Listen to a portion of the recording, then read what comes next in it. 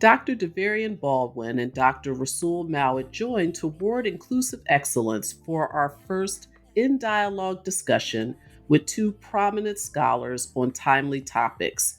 We've conducted past podcast interviews with Dr. Mowatt and Dr. Baldwin on their research. While we had other ideas in mind for our in dialogue session, media announcements came out about AP's decision to strip its African American Studies curriculum about 1 hour before we talked. So our discussion shifted towards this topic, political encroachment into the academy, and how librarians and faculty need to form more alliances to support academic freedom. Dr. Mowatt and Dr. Baldwin share amazing historical data points spanning nearly 60 years on why Black studies exists and its importance within American history. Now to our in dialogue session with Dr. Davarian Baldwin and Dr. Rasul Mowatt.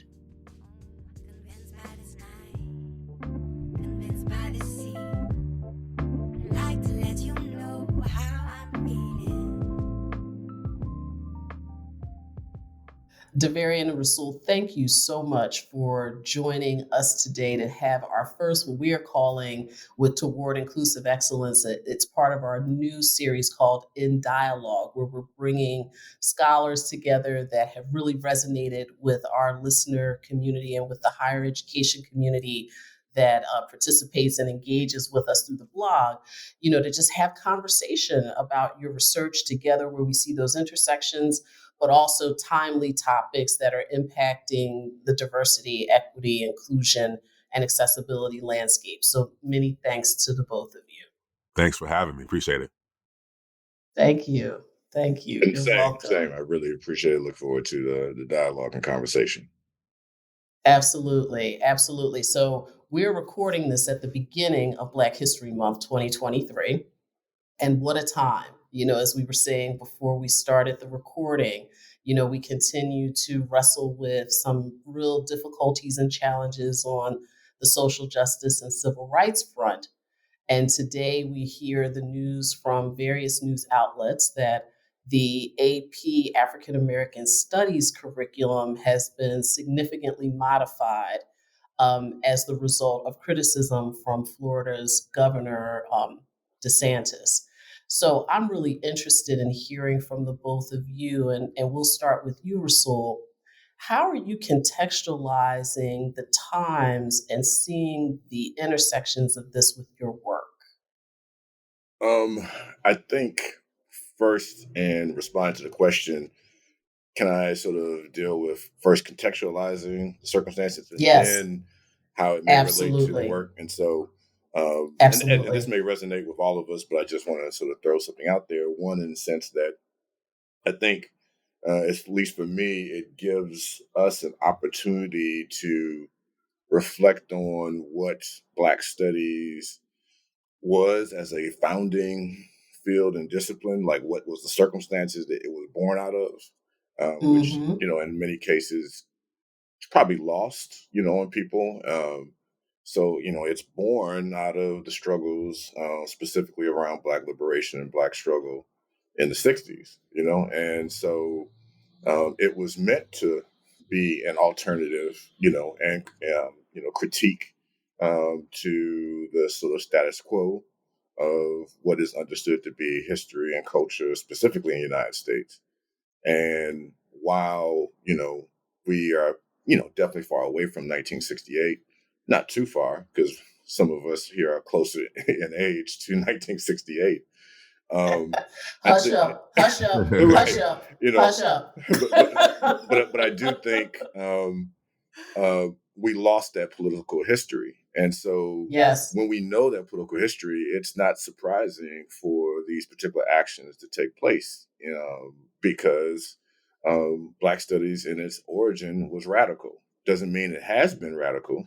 Many of us have taken classes that had nothing to do with that political history whatsoever. It was about spirituals, it was about family gatherings. But no, when we look at that history and some of those original courses and so forth, it was quite political. And so this may mean a sort of recapturing of Black studies, both at the collegiate level, post-secondary, as well as, you know, before we get into universities, and recognizing that universities, or public schools and private schools, were never intended to be the main spaces for the instruction of it. We have a history of free schools that were, a part of our legacy. And when I mean free schools, for our listeners, these were politically independent schools that were not a part of any systems or structures, with the intent to create individuals that could survive both emotionally, psychologically, but also culturally, inside the United States. So that's just a context. And then just briefly, in terms of my own work, it sort of helps to shake up a notion of what has happened in cities in the 60s and what's still happening in the present day. So to not get us into a sense that things are too different, just because we're able to do certain things that maybe some people weren't able to do in 1968, doesn't mean that there is some radical difference in terms of the quality of life. There are still people who are living with rats in their homes due to infestation. There's still people who are living with horrible water conditions. And these were central issues for many of the people who were, tackling city-based issues. But I don't want to take up too much time in terms of that opening, but that's both a context as well as ways in which this current sort of environment impacts my work. Yeah, thank you for that. Go right ahead, Davarian. Well, I'm going to be brief, just not take up too much time, but I don't think it's a mistake that this campaign against African American studies or Black studies in high schools and the curriculum is happening on the eve of Black History Month coming online today. Yeah. This is not by accident. And so, I'm a scholar of cities, and particularly Chicago. That's where Carter G. Woodson founded Black History Week in the basement, in the basement of the all Black Wabash YMCA. And then, and so it's important to say that, to offer that context, because it was about creating independent Black spaces in the face of white supremacist denial and erasure. And so when we enter, I'm a child of the 80s, 70s, and 80s. And so when, you start seeing the prevalence of figures like Megan Thee Stallion, Jay-Z, Beyonce, Oprah, what have you, Obama, there was this huge cover, when Obama became president. Is there a need for Black studies anymore? Because of this singular president, they thought there was no need for Black studies. We're everywhere. Why do we need to have a separate Black History Month or Black studies? I don't want to conflate the two, but studies of Black people. Studies of Black people. But, this is all happening with DeSantis at the backdrop of Tyree Nichols. At the backdrop of, Rasul pointed out, Flint, Michigan. At the backdrop of immigration campaigns that we don't talk about the degree to which anti-immigration campaigns adversely affect Black immigrants from Africa and the Caribbean. So just a couple of things. This is at the backdrop of massive evictions, in moments of affluence that are adversely affecting Black and brown people. So this idea that the overrepresentation of Black people in popular culture means we don't need Black studies or African American studies is a misnomer. And our oppositional partners, they know this. This is the reason why they're attacking Black studies, because they see the power in it. They understand the power in it. My good colleague at Yale, a scholar of queer studies who was singly attacked by DeSantis' team, Roderick Ferguson, just published a piece called Fear of a Black Studies Planet. And he made the great point that he's like, there's a reason why these white supremacist forces, they fear Black studies, to point out also what Rasul said, that if we look at the origins of Black studies coming out of a Black liberation struggle, knowledge and the lens of a Black studies experience catalyzed social movement actors in queer studies, in Chicano studies, in indigenous studies, in women's studies. Understanding the intimate relationship between this country and the African and the Black experience has provoked people to look at their own conditions in new ways. So there's a reason why we want to shut down Black studies, because it allows people to see the world from a different lens. And this, my last point, this grab over African American studies in Florida is not just about us. It's a power grab. It's a power grab for the control of education. I'm on the Yes. National Council of the American Association of University Professors, and we're putting together a brief right now to combat this specific grab, this Stop Woke Act in Florida. I'm also working with a couple of the faculty members down in Florida right now through my Smart Cities Lab, who actually have filed individual lawsuits against the Stop Woke Act. And so if you look at it from the legal sphere, from the political sphere, from the economic sphere, it's about control over the authority of education, how we're going to educate our minds of our young people, how we're going to push forward a vision of democracy, whether we will be central or we'll be marginalized. That if we tell our stories and put the stories of Black people at the center, it requires and forces a different understanding of American democracy in the future. And that's what's at stake here. It's not about a class. It's not about a curriculum. It's about the future of American democracy in this case. So that's my take on this. Yeah, I absolutely agree with the both of you. And I really like the way that the two of you have really woven in, the history of kind of what our understanding around what gave to the rise of Black studies and what used to be Negro History Week and now Black History Month. But this catalyzation of the dog whistling and the ways in which that has manifested itself in the educational sphere and how we're seeing it, not just in K to 12 education, but this almost full frontal attack in terms of academic freedom in higher education, right? And so when I think about your research, Rasul, in the context of land, space, geographies of race, and I think about your research, Davarian, around the ways in which the academy is oftentimes complicit in land grabs, right? Mm-hmm. And thinking of all of this and how some of these topics have now been removed from this pilot curriculum is just it's remarkable to me, and the swiftness of it is equally remarkable. That's right. Yeah, I mean the work that we're doing and the work we're talking about is training freedom fighters for the future, and that is what this attack is attempting to shut down. While some of us are very critical of the academy, rightfully so, it's to our detriment to turn away from it because our opposition, Right. our enemies, they understand the power of knowledge, and they want control over the academy. And so we turn away from it at our peril. Absolutely. I hear you. And I mean, unfortunately, you opened us up with, a topic point that we can go on and on and on with. But I mean, Absolutely. but I mean, Yes. it's a huge point to recognize again this political history in which Black studies, as well as, Negro History Week, but Black History Month was created, even though, it has a veneer in our sort of present day of just being social, just being maybe apolitical in any particular context. And so we've taken it for granted, that sort of political history that has never gone away. It's just that we have never picked it up, but it's just not to say that it's not recognized for the danger it sort of presents itself to be. Again, these things were born out of struggle and not out of just intellectual exercise or just a desire to Right. bring people together. Black students' numbers on campus were extremely low. They're still low, but not They're still low. exactly. So it's still an issue. But of course, the numbers were even lower at that particular time. But the idea of a Black studies department wasn't just to address the numbers; it was to create, and present an intellectual space that would tackle things like psychology and sociology and history and anthropology, but from a perspective that wasn't present in the dominant sort of departments associated with any of those fields and disciplines. It doesn't mean that Black sociology is about just simply trying to find some Black people to do a questionnaire or survey. Black sociology is about raising the issue or questions of why are Black people associated with crime?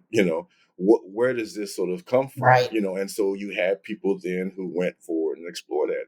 But we would all be hard pressed to find within Africana studies departments, Black studies departments, and African American studies departments. And I don't want to, I'm not trying to criticize my colleagues. Yeah. But I'm from an African American studies minor. I was a student activist that tried to push forward to get the creation of a minor. So I feel very close to it.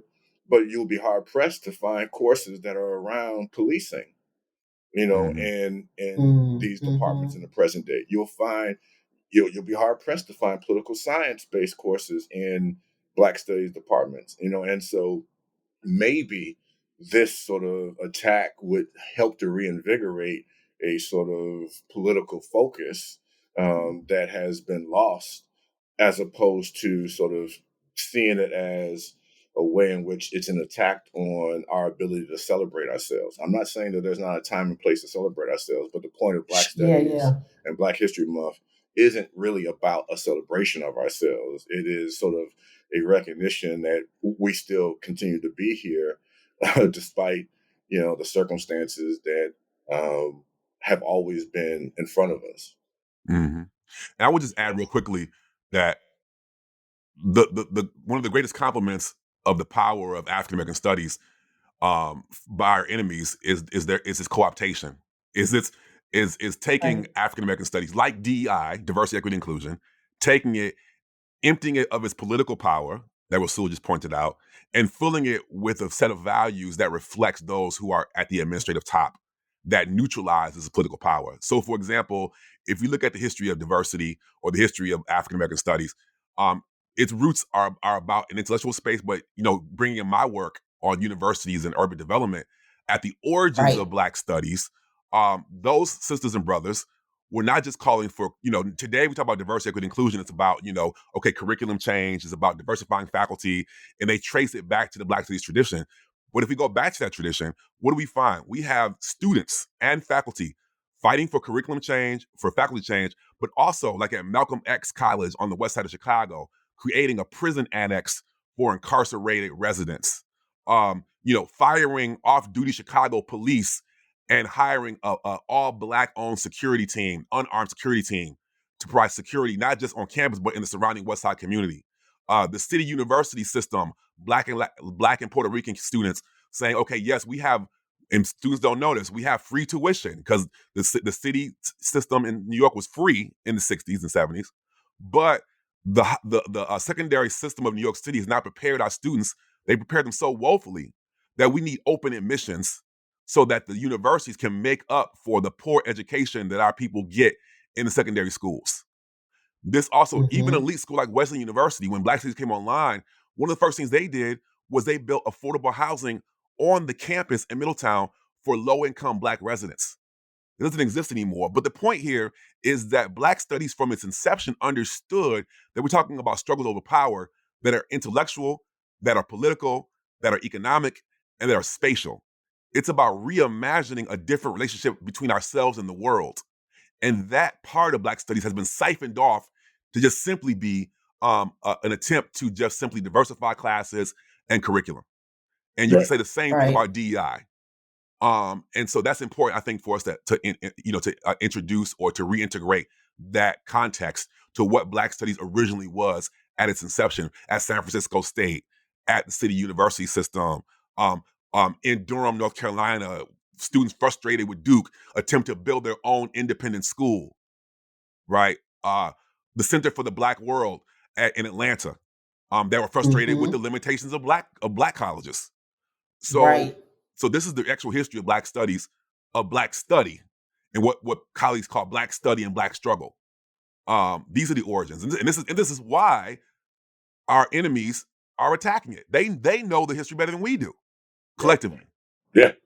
And I would, and Black studies is probably one of three intellectual traditions that have had this political origin that has situated itself in the academic space, but it's not about the academic space, and so in the United States, yes, we have Black studies at, San Francisco State, even though before that, there was always these independent courses at a range of places, community centers, rec centers, classrooms, in various sort of institutions.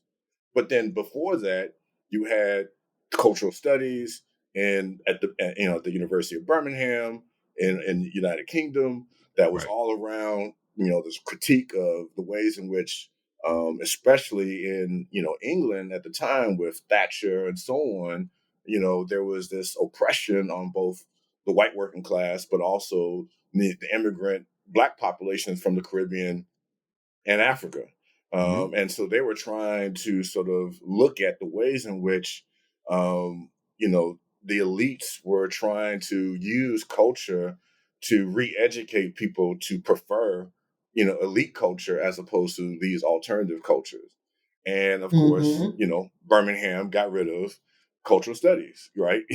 And those scholars end up creating the Open University, where it was a free education program, pretty much like on a CCTV sort of format, available to any population of people.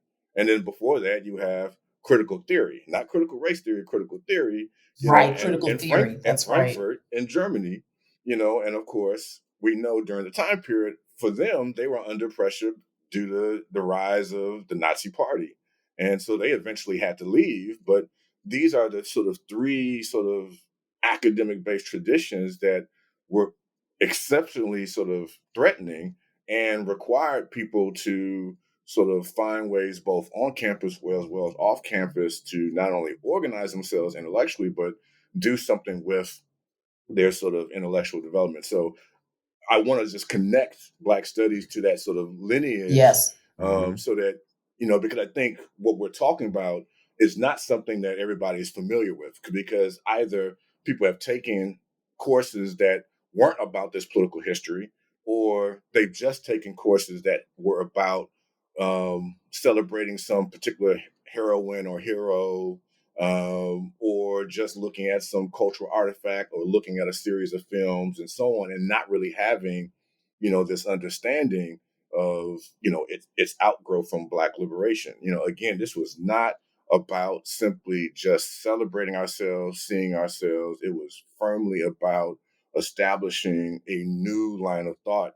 And that is exceptionally threatening, and so we have to understand that. I'm not saying that this is okay. I'm just saying that this is completely expected, and we just have to now adjust, off of, that reality. And talking about going full circle, I agree. a lot of the scholars in exile from the Frankfurt School ended up at historically Black colleges and universities.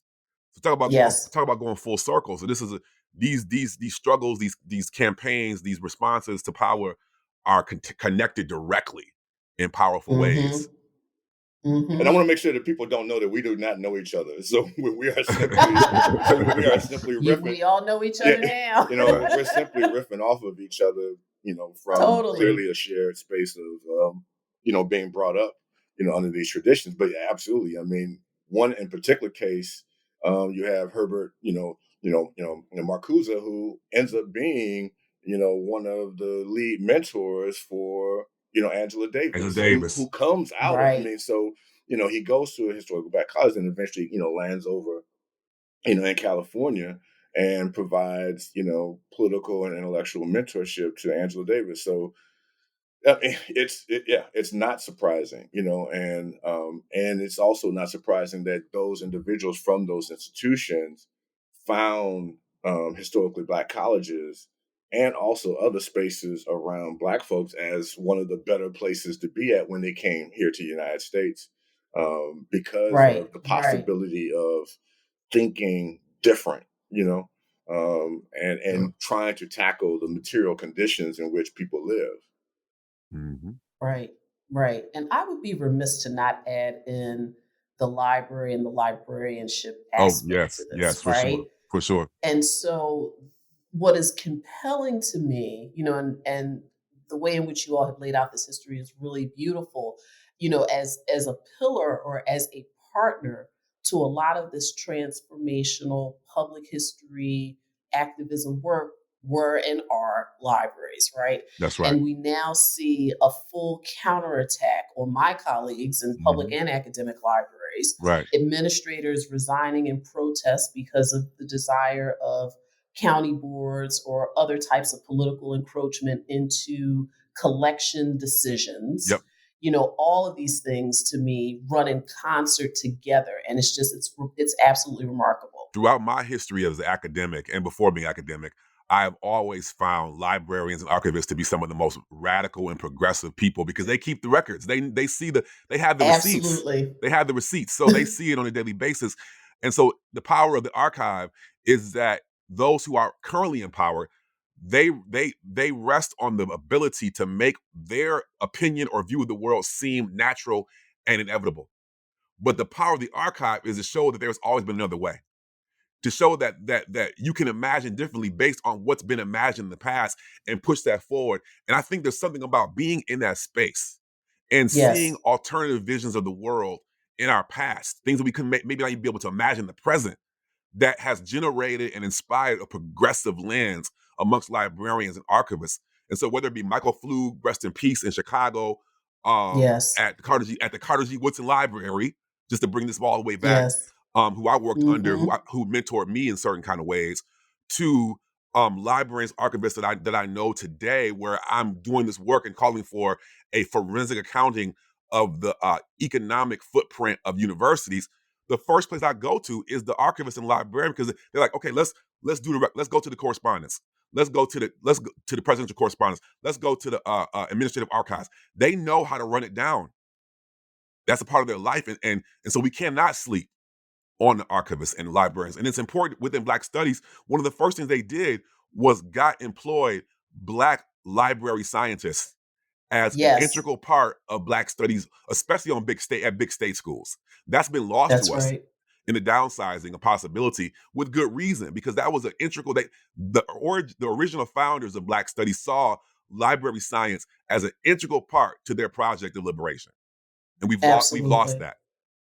Yes, and still to sort of keep it within Chicago, museums we need to think about as public sort of facing archives, and while yes, there are, ways in which we can get official sort of standing and official funding to create infrastructure like DuSable Museum, we have to remember that Margaret Burroughs' DuSable Museum was just her living room, and so when we think about what she created in her living room, we can recognize that we don't need to be bogged down by thinking that what we're up against is insurmountable, because if she could create a museum in her living room and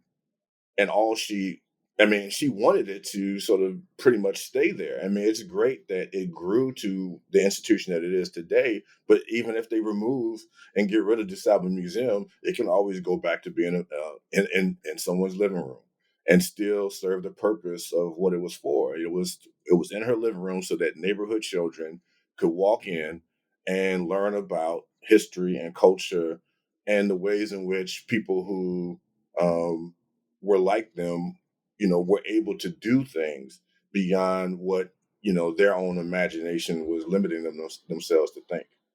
And it's also important to point out that, in this current moment of discovery and surprise about all these slaveholders in our institutions, librarians and community archivists, like local community folk that carry, if you go to the city in the hood, you'll see brothers and sisters with like a whole briefcase full of like tattered pages trying to show you something. This wasn't a surprise to them that all these founders were slaveholders. They knew this for decades, but they were purposely silenced. And so this current point of discovery that came out, it would have been happening a little bit before George Floyd and Breonna Taylor. But after that, all this institutional acknowledgement, this truth was being held by community archivists and institutional librarians who knew this for decades, and nobody wanted to listen. They were purposely silenced. So now we're running out here trying to rename buildings and create monuments and all these things.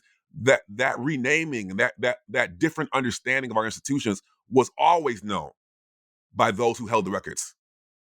So it's just important to amplify those people who don't get a lot of love. Sometimes even by academics, we go into these archives and we go to these community libraries and we look down on these people. And so then there becomes a contention between these two groups that should be actually working together. So then because of that, me as a young scholar, I would go in and I would get shade at the Schomburg or at certain archives because the way people like me treated them. And so we need to, I think we're doing this, but we need to bridge that divide because that's been purposely created for us not to see the value that we hold in each other. Yes, I absolutely agree with that. And it is often the case more than not that crisis bears forth these types of important critical conversations, right? Around the ways in which alliances that have been frayed need to need to not be fractured going forward. And specifically when we also think about the academy, right? Because as I was listening to the both of you, I was reflecting on an article that I think was in the Chronicle of Higher Education that says, despite many institutions having chief diversity officers and elevating DEI as a part of their institutional values, we're not seeing those gains in the professorate. Yep. And we're not seeing percentile gains on the administrative side. We have seen a material percentage increase of Black people becoming presidents of different colleges and universities. But when you get into the other administrative ranks, not so much, right? And then when you also talk about other types of institutional leaders that run parallel to or are partners in the type of work that you all do, like my profession remains non-diverse, right? That's right. So I'm really interested in hearing, from you all, like, what can we do? Like, what should our next steps be? Knowing that there's a lot of heavy lifting that has to happen, and we have to be incremental about the ways in which we tussle with these different topics and these different challenges. But what should we be looking to do now at this moment? Russell, go ahead. Yeah. In terms of what you were first mentioning about the state of sort of college campuses in terms of a lot more administrators, but not as many sort of librarians and resources associated with libraries, as well as people in the professorate. And I think that's important because both of those would be institutional ways in which Black studies content would be present if they are associated with that sort of tradition. Because of course, just because a person is Black does not mean that that's Black studies, on the campus. Right. Person has to come from the training of the because it's a field and discipline, right? Absolutely. So just like any other field and discipline, it's not about just simply having read a couple articles or a couple of books and then make the citation. You got to come from that. And so whether that's through another degree program or just from sitting there and taking the time and reading the body of work, so I'm just saying that, there's a reason why then we don't see a lot of Black professors and a lot of librarians on campus, and specifically Black-based libraries on campus, is because that would then institutionalize that type of content, in that way. Because, of course, a library on a university level is capable of holding a lot more material than maybe a community-based library. Having been a person who, worked for city government and was running a community center, I remember distinctly the sort of content that was in the library in a neighborhood. And it was not, relevant books, or newspapers across the world. It was the DVD and VHS section for movies. It was coloring books. It was these types of things. But the main library had all that content in its archives. So it could have easily just had that sort of content that was about the history of that neighborhood, as well as the history of any other particular place at that, community-based library. So I just want to sort of, say that at first. But then I think the other part is we should not be afraid of seeking alternative forms of being able to do the work that we think is necessary. Because again, I want to invoke the Margaret Burroughs of having a library in her living room, and the people who created the official Black Studies, departments were offering courses that weren't associated with credit. It would be amazing to actually teach a group of students this content that exclusively wanted it, not taking it for a degree and not taking it for credit, which means that some people may not even care about the content. They're just trying to complete, X number of courses for their program. So I think we should, I'm not saying that that's the only sort of action. I'm just saying, saying that we should not be afraid of saying or seeing that creating alternative ways in which that type of knowledge can be accessed, taught, and learned, is not an impossibility, but also not something to shy away from. Mm-hmm. And I would just say, just to second what you're saying here, brother, that I definitely believe that we have to work at least on two fronts. That we need these independent institutions to develop autonomous systems of value that we then can bring to these institutions of power and not simply be overwhelmed by what they understand as good and right and important. So, for example, what I mean by that is that, we, before Black Studies and as it developed, we were bringing a set of values to these institutions to transform them. And in the present day, it would be to our disservice to turn, when I go into communities that live in the shadows of these institutions, they're like, what's happening in institutions is bull. Like, we don't agree what's going on, but we want the cafeteria, we want the laboratories, we want the dorms, we want these institutional frameworks, but we want them to serve us. And so I would say that we have to work on at least these two fronts. And the key issue for me is organized. So the misnomer is that these institutions are not diverse. These schools are extremely diverse, but where? They're diverse in the professoriate. As we talk about, 70% of professors are non-tenure track contingent labor. Those areas are majority people of color and women. They are the university is diverse in terms of the food service staff, in terms of the groundskeepers, in terms of security staff. That's where these institutions are diverse. We do a lot of work at these schools, but in the very spaces where we do work is exactly where power has been extracted. And so the only solution is organizing. For years, I was very critical of AAUP. Still am. Even I'm on the national council, which is kind of like what's considered to be the union or the organizing arm of university professors. Because in my opinion, and I'll tell my colleagues, it become a professional development society. It had not been a hardcore labor organizing unit. And my desire, my goal is to push it in that direction, because the only way we can win is organizing on the university side. I'm not talking about in the independent Black side, but on the university side is organizing, because we're already there. These institutions are the biggest employers, landholders in our cities and towns. We talked about this before on this podcast, right? In my work. Knowing that landscape, if universities are going to become the factories and our communities are going to be their factory towns, then we have to organize collectively to regain control over the resources and power within those institutions and not turn away from them. Grab hold of the classrooms, grab hold of the cafeterias, grab hold of the rec centers. And not just simply be present, but make sure they serve our communities so that we can bolster the DuSable museums, the Southside Community Arts Centers, the Broadside Presses, the Institutes of the Black Worlds that we talked about, the prison annexes and education programs, so we can bolster those things, redistribute wealth back to those institutions. Because right now, we celebrate these institutions for being profitable and valuable. But where does that wealth come from? It comes from them not paying taxes. It comes from them offering low wages to Black and brown folks. Their very wealth is predicated on extracting power and wealth from our communities. So it's time to redirect that course through organizing. And I really appreciate the point, and I want to try to, ensure that, people who are listening sort of understand that sort of collective organizing point, because I think a lot of the reactions to these actions that are happening in Florida and Oklahoma and other particular places is that we have faculty who are not in the adjunct position. Our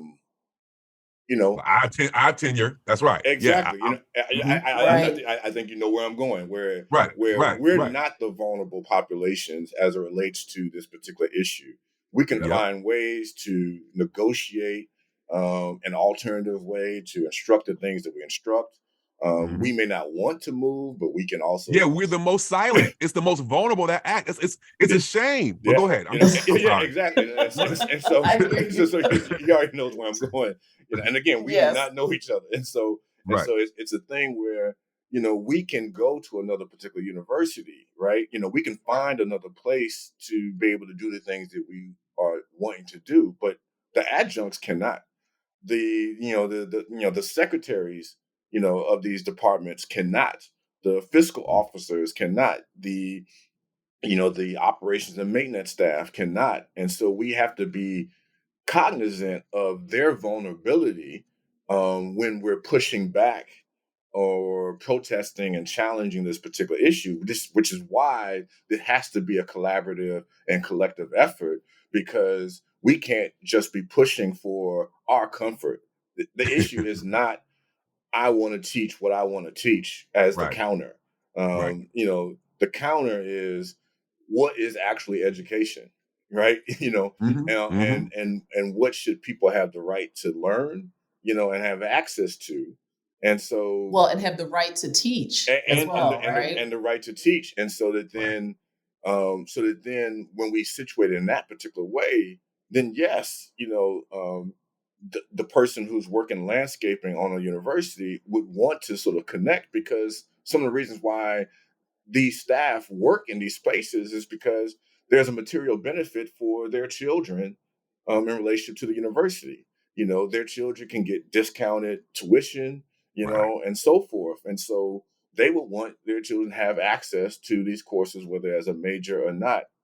And so we have to make sure that, we are situating what the actual issue is. And the issue isn't that, Davarian and I are going to be fired, from our jobs for teaching X courses, right? Like there's a series of things that would have to happen for either one of us to have to go, right? And tenure is not lifetime employment. It just means you have to have cause. But just keep going. I want to say that. Right. Exactly. Exactly. And so we're both adults. So if university approaches us, we know how to sort of figure out a way to be able to, respond to our employer and also still be able to teach the ways in which we want to teach. But again, the adjuncts do not have that. And we have to make sure that we situate their issues and their vulnerability in what we want to do, as well as the other people who are not even in the classroom that are a part of the educational process. That's right. And I would just say, and I've been really leaning on the material side of what higher education is, from a land control space, from an employment space. But on the intellectual side, we have to understand also that it's institutions of higher learning that dictate how we define who is human, how we define who's a citizen, how we define who's a criminal, how we define what's a good neighbor, how do we find democracy. And so the institutions, those in power, understand that. And they don't want people like us shaping that conversation. They want people that align with their values to be at the forefront of determining citizenship, humanity, good people, good neighbor, democracy, to justify their political orientations and ends. And that's why we cannot give up this space, because we need to be here shaping the course of those larger terms. And that's why they're shutting down African American studies in Florida and Oklahoma and Texas, because they understand that's what's at stake. Mm-hmm. The way we determine these general values comes out of these institutions, not universally, but people turn to these institutions to justify political projects. And if we're not there, their viewpoint goes forward. And this ties to the question about academic freedom. We don't, if with 70% of academics or university professors being contingent, there's no academic freedom on these campuses. People talk about these campuses being overrun by woke liberal snowflakes, right? Look at the budget, look at the administration, and you will get a very different story about who runs these institutions. It's not snowflakes. It's not woke individuals. It's the allies of our enemy, right? And they understand that if you do not have tenure, meaning if you can get fired without cause, you cannot teach what you want already. You can't say what you want already. Forget the Woke Act. You already can't do that. So this is a little bit of smokescreen in a way. Like while they're doing this over here, on the other side, they're already putting pieces in place to neutralize the freedom that could happen in the classroom by making most of the teachers on campuses contingent adjunct workers, by increasing the administrative class on campuses. They're already doing this stuff in different ways. And the only way, again, I just keep saying, the only way we can respond to this is by organizing, is by making these institutions democratic spaces, is by gaining or introducing public oversight over what happens in these institutions, whether they're public or private, because they both get public money through student loans, or through direct grants, or through federal grants for medical research. They're both publicly funded institutions, public and private. So that has to come with some public transparency and oversight. And right now, there is very little. We let these institutions do whatever they want, and then we tell the story that they're run by woke liberals. And that's far from the truth. And it's really about, and I want us to, wrap up our conversation, kind of also helping our listeners contextualize the point, all these beautiful points that you all have made around a false narrative that's coming out about what's happening in the academy, right? So how do we, or how should we, as a collective, librarians, archivists, faculty, administrators, how should we all think about the ways in which real, true partnership can come forth so as to address, as both of you have iterated throughout this conversation, this real anti-democratic dialogue that is persistent, that is national, in some aspects international. How should we address that? Because as I always say to you all, I'd like to leave our listeners with some hope, at the conclusion of our conversations. Go ahead, Rasul. I think you were going to start. Yeah, I mean, I was going to speak on something else, but no worries on that part. I think one, when we've been invoking this history, and when we look at this history, we notice consistently the meeting has to happen, and when I mean the meeting, we have historical moments in which the Pan-African Congress came together. We have the Conference on Anti-Lynching. There's all of these meetings that took place around an issue. And so we need to meet, right? And I'm not saying there has to be a national meeting, but there's at least on our campuses, those of us who are concerned need to have a meeting, and we need to have everyone present who has, a skin in the concern, skin in the game, right? And so don't just limit the call or invite to the professorship, right? It needs to be any and everybody who has that concern. And so once we then meet, then we need to do an assessment of where we are at in terms of the issue. Some of us may not see this as an issue. Some of us may only see this as a thing that is an issue, but you don't have the time to do anything about it. And some of us, sees it as an issue to make as a priority. And so then we can then figure out then what are the next steps or actions that need to be taken.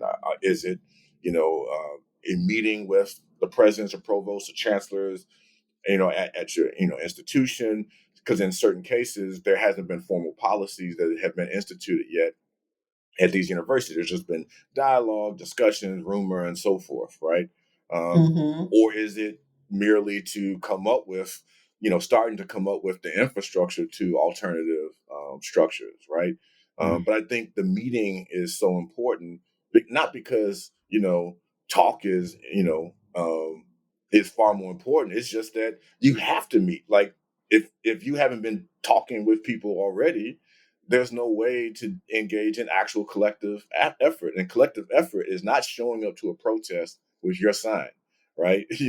Collective effort is the formation of organizations or committees or task force and so on. Yes. That is the history, that is the history that has happened in rural places as well as in, urban landscapes by people who were, formally educated and people who were not formally educated. It did not matter. People, met, they created an organization, and then they went about the business of doing the work that organization felt needed to be done.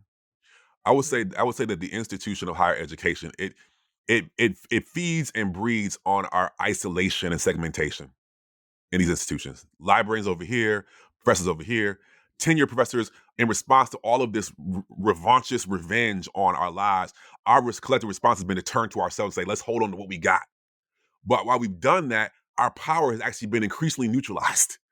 As the university changes all around us, we are becoming insignificant, even with the little spoils that we have. And so my work has shown that the degree to which the university pervades aspects of our lives that have nothing to do with education. The classroom, yes, but also the real estate around the campus, the healthcare institution that serves our cities and our rural areas, the policing apparatuses over entire communities, the land control. So I was proud to be a part of a collective action in New Haven, Connecticut, because Yale is the big player there. They are the boss of that city. And as we started convening, and they had been convening long before I joined, But as we started convening together and they began to see how Yale had pervaded so many aspects of that town's life, from the real estate to the healthcare to the policing. Yale's police force has jurisdiction over the entire city of New Haven. Police jurisdiction over the entire city, over a brown and black city, right? So, and they're the educational power and the biggest economic employer in that city. So then as the various people that were being subjected to that power, as they began to turn away from Yale and turn to each other around an organization, Rasul, right? New Haven Rising.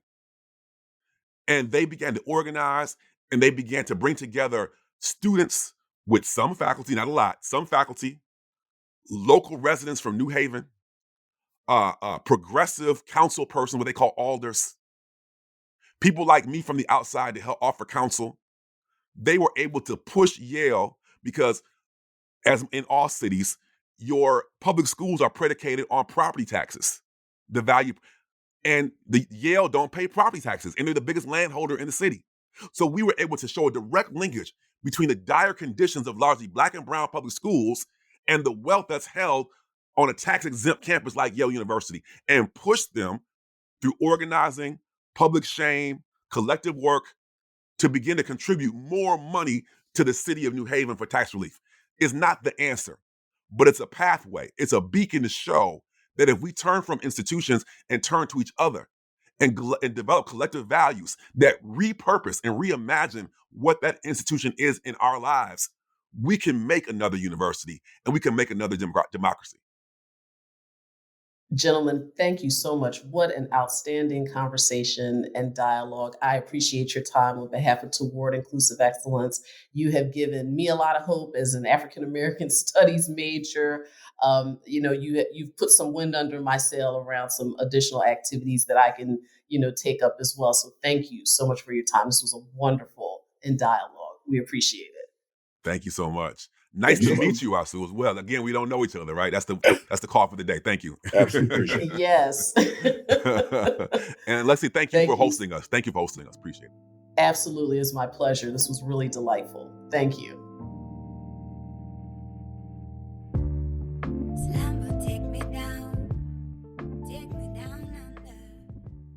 Thank you for joining Toward Inclusive Excellence for our dialogue with Davarian Baldwin and Rasul Mowatt. We encourage you to sign up for reminders of new content releases and to follow us on Choice Review's Twitter, Instagram, and LinkedIn accounts. Thank you so much for your time and support. Be well.